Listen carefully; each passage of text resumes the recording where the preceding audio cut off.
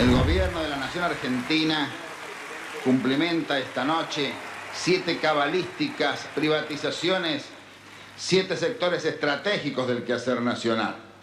Nosotros hemos ideado un decálogo que dentro de unos días se conocerá, que es el decálogo menemista de la reforma del Estado. El mandamiento 1 son palabras de Menem, él no lo conoce aún. El mandamiento 1 está extraído de sus muchos discursos, dice así: nada de lo que deba ser estatal permanecerá en manos del Estado. Han pasado 33 años del discurso con el que el ministro de Carlos Menem, Roberto Dromi, anunciaba la privatización de 7 sectores estratégicos del Estado, entre los que se encontraban los ferrocarriles argentinos. Hoy, la historia parece repetirse. Todo lo que pueda estar en manos del sector privado va a estar en las manos del sector privado. Ferrocarriles. Digo, en la época que eran del sector privado teníamos los mejores ferrocarriles del mundo. O sea que esas cosas podrían estar dentro del plan, digamos, privatizador. Absolutamente. O sea, va a ser un paquete de empresas. Todo lo que podamos trasladarle al sector privado es mejor que lo haga el sector privado, porque lo que se ha probado es que todo lo que hace el sector público lo hace mal. Rediscutir el tema de las privatizaciones en la República Argentina es llevarnos a desconocer lo que pasó hace horas. Que significa cuando Menem privatiza los ferrocarriles, primero nos han dejado sin trenes en todo el país, nos han llevado las mayores tragedias ferroviarias, como la de Once. Hoy en la actualidad vos tenés el 50% de los trenes son privados, y por ejemplo el tren de carga, que es donde está el ejemplo de lo que plantea Milei, ¿no? Que lo privado es bueno y lo estatal es malo. Vos el año pasado, en 365 días, tuviste 435 descarrilos. Es mucho. Es mucho, es más de un día. Que lo termina pagando el Estado, porque el seguro es Nación Seguro. Que cada descarrilamiento, producto de que no han hecho inversiones, lo terminamos pagando nosotros, y estamos hablando de trenes privados en este caso. Privados. Y después tenés, por ejemplo, tenés concesionados, que son la línea Belgrano Norte y Urquiza, del grupo Rogio y Romero, que son líneas concesionadas que reciben subsidio del Estado, pero que vos sabés que hace un año que están trabajando con el 40% de su capacidad.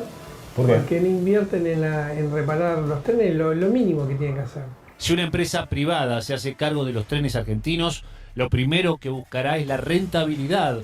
Para eso, deberá proceder a una reducción de personal, al congelamiento de los salarios y a un tarifazo en las líneas de pasajeros del área metropolitana de Buenos Aires, que junto con la carga son las únicas que sobrevivirán. Ellos pueden llegar a tener el argumento de que como no les es rentable el valor del boleto, entonces no hacen esas inversiones. Entonces, en el caso de convertirse todos en privados, subiría el pasaje y sería rentable para los concesionarios, ¿o no? Dos cosas. Primero, los subsidios que se pagan en el pasajero es pura y exclusivamente para cubrir el precio del boleto. Mayores costos operativos, una ley que salió en el 2002, que fue decretada bajo el gobierno de Dualde. Si vos pagaras lo que vale el boleto, y no viaja nadie, porque está un boleto... Claro, un boleto de 11 a Moreno se calcula así a grosso modo, porque las cosas son concretas, ¿no? 1.200 pesos cuando vos lo tenés a 53. ¿Qué tipo te paga 60.000 pesos por mes para ir a trabajar? Empezamos a vivir este momento tan especial, tan esperado por todo Justo Drac, por toda la provincia de San Luis, en la llegada del tren nuevamente después de 29 años. Nos hacemos sentir, ya está ingresando a la estación el tren nuevamente. Estas imágenes no se repetirían. El capítulo más dramático de este ajuste será la suspensión de los trenes de pasajeros de larga distancia, que volverá a dejar incomunicados a cientos de pueblos del interior y pondría en vilo los puestos de trabajo de miles de ferroviarios, ya que es inviable que los gobiernos provinciales los absorban a su cargo sin aportes del Estado Nacional. Es una discusión que tiene una sola salida, que es la salida que nosotros hemos propuesto como trabajadores, que es, en primer lugar, las empresas tienen que estar controladas y manejadas por los trabajadores, porque han demostrado que los privados son un desastre, y más desastre es cuando vienen gente de afuera, con los cambios de gobierno, que más allá de buenas o malas intenciones que tengan, desconocen. Te escucho decir, la empresa en manos de los trabajadores, y esa fue la propuesta que le hicieron a los trabajadores de Aerolíneas, o por lo menos la que le van a hacer. ¿Por qué no se la hacen ustedes? Buena pregunta. El problema es que nosotros sí la agarramos. ¿Ustedes quieren? Claro, lo único que pedimos es un regla de juego claro. Estatización de toda la deuda privada, porque nosotros no vamos a ser una cooperativa, tiene que ser una empresa controlada por el Estado, manejada por un directorio obrero, donde la carga financia al pasajero. Antes de la privatización de Carlos Menem, estaban operativas 34.000 kilómetros de vías, mientras que en la actualidad solo queda algo más de la mitad. Todo el material ferroviario que quedó en desuso fue vendido durante el gobierno de Fernando de la Rúa por $300 millones, 20 veces menos que su valor estipulado. Cuando fue la masacre de Once, nosotros como trabajadores empujamos para estatizar la empresa y logramos estatizar el Sarmiento. Y cuando se estatiza el Sarmiento, arrastramos al Mitre porque era la misma empresa. Después el resto sigue en manos privadas. Si nosotros podemos funcionar la carga como corresponde, que es un 40%, 35 o 40%, nos podemos dar el lujo de autofinanciarnos, no pedir un peso al Estado, y aparte hacer que los usuarios que viajan en las grandes ciudades viajen gratis. Ahora, con esta propuesta, sí, ¿cómo no nos llaman y nos dicen, a ver, qué es esto, locos, vengan para acá, ustedes que están todos locos, explíquenme qué es esto? No lo llamaron, no les preguntaron, pero si ustedes tienen el anuncio, ¿qué va a pasar con los trabajadores en caso de la privatización? Van a despedir, lo que pasa siempre. En la actualidad funcionan 8 líneas de trenes en el área metropolitana que utilizan alrededor de 1.000 millones de pasajeros anualmente en un servicio que incluye un total de 305 estaciones. El miércoles 22 de febrero de 2012, a las 8:33 de la mañana, el tren número 3772 de la línea Sarmiento, identificado con la chapa 16, que se encontraba llegando a la plataforma número 2 de la estación terminal de Once, no detuvo su marcha y colisionó con el paragolpe de contención de la terminal. 52 personas murieron, 789 resultaron heridas. Al momento del accidente, ese ferrocarril estaba en manos privadas, concesionada a la empresa TVA.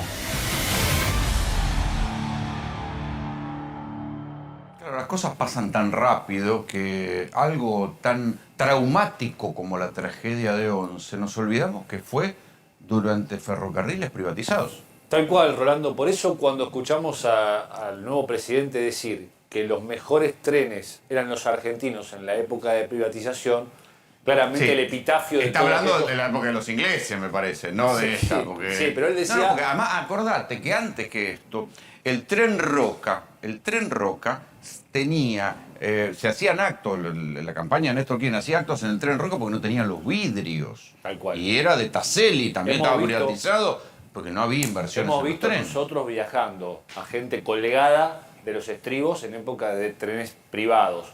Hemos visto la tragedia de Once, que había sido advertida por los trabajadores, que luego lograron conseguir que se vuelva a estatizar. Por eso fuimos ahí puntualmente, porque entendíamos que esto era el símbolo de lo que había sido un proceso que se fue desarrollando durante muchos años, que cambió el mapa de los ferrocarriles argentinos con 110.000 trabajadores pasando a ayer 17.000. Suponete que hubiera muchos trabajadores de más y que era un proceso, sí, que eso es discutible.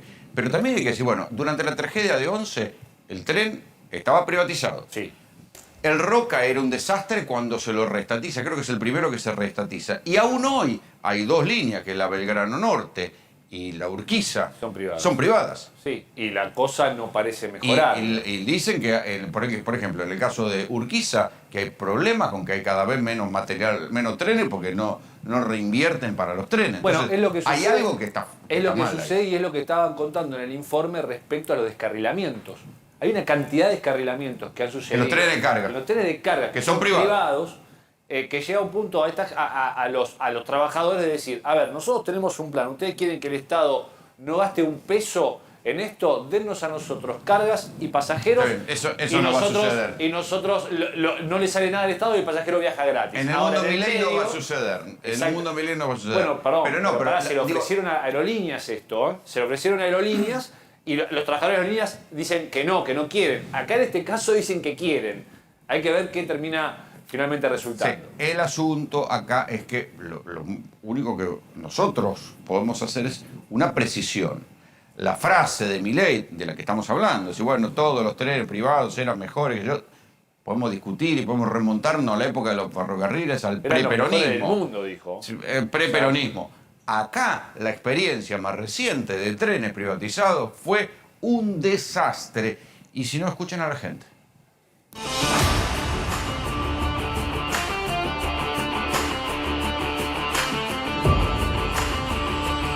La posibilidad del regreso de las privatizaciones en la Argentina genera zozobra en los trabajadores del ferrocarril. 24.000 están en riesgo, son 24.000 familias, pero no solo ellos están preocupados, también los pasajeros. ¿Cuánto te salió el boleto? Se reserva creo que 52. Ese número más o menos te cierra. ¿Qué pasaría si se privatiza y si el precio se libera? Y supongo que caminaría más. Me preocupa así que pueda pasar. Y creo que es una posibilidad real. Gasto más o menos 1.000 por mes para la SUBE. Si se privatiza el tren y se libera el valor, ¿podés hacer frente a ese costo? Y no sé, porque la verdad que tomo bastante seguido. Capaz que tendría que ir en bici. ¿Qué pasaría si este pasaje costaría más? ¿Seguiría tomando el tren? Pero si no queda otra opción. O sea, todo está subiendo, todo va a seguir subiendo. ¿El sueldo? No, eso es lo único que no sube. Y no podemos. ¿No podrías pagarlo? No puedo pagarlo. Yo trabajo, soy empleada doméstica. No se puede. Ya, hoy te cuesta. Hoy me cuesta hasta pagar la SUBE. Si sube el boleto y no trabajo más, no voy a dejar de trabajar porque no me van a aumentar así. Piensa que no le van a aumentar la misma cantidad de dinero que lo que aumenten los servicios. Sí. ¿Qué es lo que haces acá? Boletero. Todos los días a la gente, carga la SUBE, la carga con dificultad, digo, ¿le cuesta hoy? Y a la gente le cuesta, pero porque le cuesta la vida. Realmente lo que uno ve es que los trabajadores hacen lo mismo que hacían cuando tenían el valor de colectivo. O sea, en ese momento pagaban el colectivo, el ida y vuelta. Bueno, ahora cargan la SUBE para el ida y vuelta. Por ahí a principio de mes pueden hacer una carga importante, pero después en el resto del mes la van piloteando. Digo, la mayoría de los trabajadores que pasan por el Sarmiento son trabajadores que laburan en forma informal. Entonces, lo que ganan en la semana lo van volcando. Y muchas veces laburos diarios. Entonces van cargando el valor que significa el ida y vuelta. O sea, si el boleto vale 50 mangos, cargan 100 para ir y volver.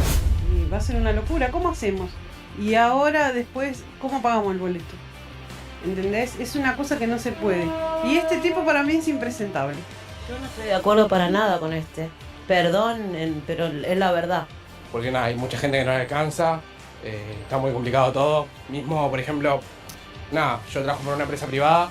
A mí me echaron ayer y me quedé sin laburo. Y nada, es jodido para todos. Pero bueno, qué sé yo. No queda otra que aguantar ahora. ¿Vos sos una de las primeras víctimas del ajuste? Yo creo que sí. ¿Estás preocupada por los rumores, por las versiones de privatización del tren? Sí, muchísimo. ¿Qué es lo que te preocupa particularmente? Es volver atrás, que haya cada vez menos trenes, peligra nuestra fuente de trabajo. Ya lo vivimos, en los 90 lo vivimos y fue tremendo. ¿Vos eras trabajadora en los 90? No, todavía no, pero mi padre sí. O sea, sos una familia de ferroviarios que vio cómo los 110.000 empleados del ferrocarril se convirtieron en 17.000. Exacto. Y cómo se redujo terriblemente la cantidad de lugares a donde se podía llegar en tren. Eso quedó destruido. Bueno, vamos a subir al tren Sarmiento, emblema de una tragedia, la tragedia de Once, que fue advertida por los trabajadores. A partir de esa tragedia, los trenes volvieron a ser estatales, esta línea por lo menos. Pero ahora vuelve la idea de la privatización. Mira, cuando fue lo del accidente de Once, estaban privatizados, así que no sé, está en duda, pero bueno. ¿Usted estaría de acuerdo con la privatización de este tren? Totalmente. ¿Qué es lo que ve que podría cambiar? Que el servicio en manos privadas haga que rinda lo que tiene que rendir. Esta es la discusión de que el Estado es menos eficaz o eficiente en la gestión de las empresas privadas. Lo que está clarísimo es que el próximo gobierno quiere ir a un despido masivo de trabajadores. ¿Está pudiendo pagar el pasaje ahora que está subsidiado? Sí, digamos, a pesar del subsidio, de todas formas los pasajes están carísimos. En el último año aumentó, no sé si habría más de 10 aumentos en todo el año, con lo cual, digamos, este nuevo gobierno no va a hacer más que agravar una situación que de por sí ya es tremenda. Digamos, los trabajadores tenemos que que hay que salir a las calles a luchar, no hay otra opción porque, digamos, va a ser inviable la vida. Para cualquier laburante va a ser inviable. La situación del ferrocarril no es buena. Y dicen que quizás hay una mejora si lo privatizan. Lo que pasa es que la privatización ya habla por sí sola. Nosotros creemos que las consecuencias de una privatización está materializado en la masacre de Once. La falta de inversión, las denuncias no escuchadas por el cuerpo de delegados en su momento, hicieron que el cuerpo de delegados no sea cómplice de lo que había significado esa privatización. Exactamente. Nosotros consideramos que el ferrocarril es nuestra herramienta de trabajo, que tiene que ser pública, que tiene que tener un buen funcionamiento, y por eso nosotros hacemos esos reclamos.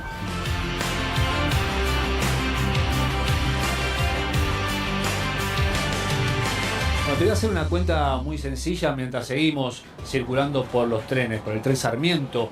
De Moreno a Once, hoy estás pagando 53 pesos. Si vos haces esa cuenta ida y vuelta, te da 106 pesos. En el mes, unos 2.000 pesos.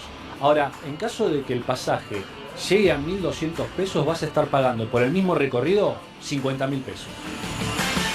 Claramente, si vamos a la cuestión del boleto aumentado sin el subsidio, obviamente que significa que lo que va a empezar a ver es mayor evasión de boletos. La gente va a empezar a buscar alternativas para viajar. Realmente cuesta pagar 50 mangos diarios, imagínate 1.200. ¿Podés pagar un pasaje de 1.200 pesos? No, porque estoy sin trabajo. ¿Estás sin trabajo? Sí, ayer me echaron. Ayer te echaron. ¿Sos otra de las primeras víctimas del ajuste? Sí, ponele, no sé quién está en el gobierno ahora. Y va a ser complicado. Es mucha plata, pero bueno, ahí tengo que ir a trabajar. No me queda otra. ¿Puede pagar hoy usted un pasaje de 1.200 pesos para el tramo Moreno-Once? No, es imposible. Es mucha plata. No, yo soy docente, no puedo pagar el tren a ese precio. Viajo todos los días en tren. De Paso del Rey a Moreno, no puedo pagar ese. ¿Cuánto te sale ese recorrido? Y 56 más o menos. Aparte tengo un colectivo, tengo casi 2 colectivos más el tren. La cuenta no cierra. Y no, el sueldo no me alcanza.